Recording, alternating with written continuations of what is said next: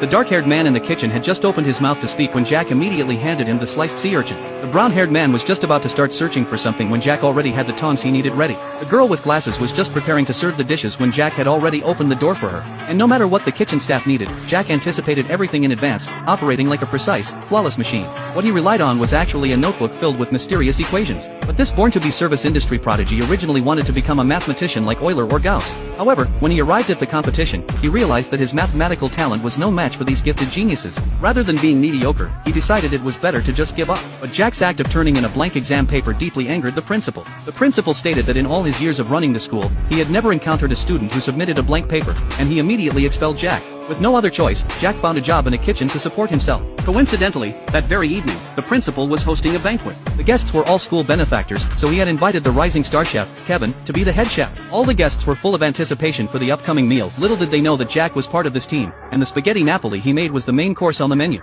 Once cooking began, Jack became completely focused. He started by soaking the forks in 50 degrees Celsius water. Then he peeled the onions. Chopping, prepping ingredients, stir-frying, and seasoning everything proceeded in an orderly manner. When handling the noodles, Jack surprisingly ran cold water over them, then covered them with plastic wrap and placed them in the refrigerator to chill. Jenny was completely baffled. Wouldn't the noodles become mushy if treated like this?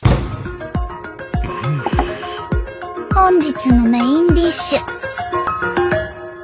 ナポリタンです。 Initially, everyone looked down on this ordinary dish. It was just a simple plate of pasta. How special could it be? But after tasting it, they all fell silent instantly, then burst into exclamations of amazement. The intense impact upon entering the mouth, the warm pasta paired with the sweetness of tomato, it slid smoothly down the throat. The excellent chewiness from the combination of green peppers, sausage, and onion created a magical chemical reaction with the pasta, as if they were originally a harmonious whole. The bespectacled man was initially unconvinced. No matter how good, wasn't it still made from low-end ingredients? But soon he found his own plate was already empty, and he could only stare longingly at the food on others' plates. Seeing this, the principal felt somewhat pleased. It seemed he could ask the school board for additional investment this time. But when Kevin introduced the head chef to him, the principal's smile vanished, because the head chef for this banquet was none other than Jack, whom he had just expelled. Kevin explained that the first time he met Jack, he was making pasta. Even back then, Jack had mastered the ultimate method of preparing spaghetti Napoli, first sautéing the onions to release their aroma, then adding the sausage and green peppers, allowing the sausage's flavor and fat to coat the pan. The most crucial step was pouring the tomato sauce directly onto the hot pan, rather than over the other ingredients as is commonly done. This rapidly heated the tomato sauce, achieving the ideal Maillard reaction and fully releasing the tomato's inherent aroma. The most unbelievable part was that Jack even knew to adjust the fork's temperature, setting the cutlery to the most comfortable range for the human body,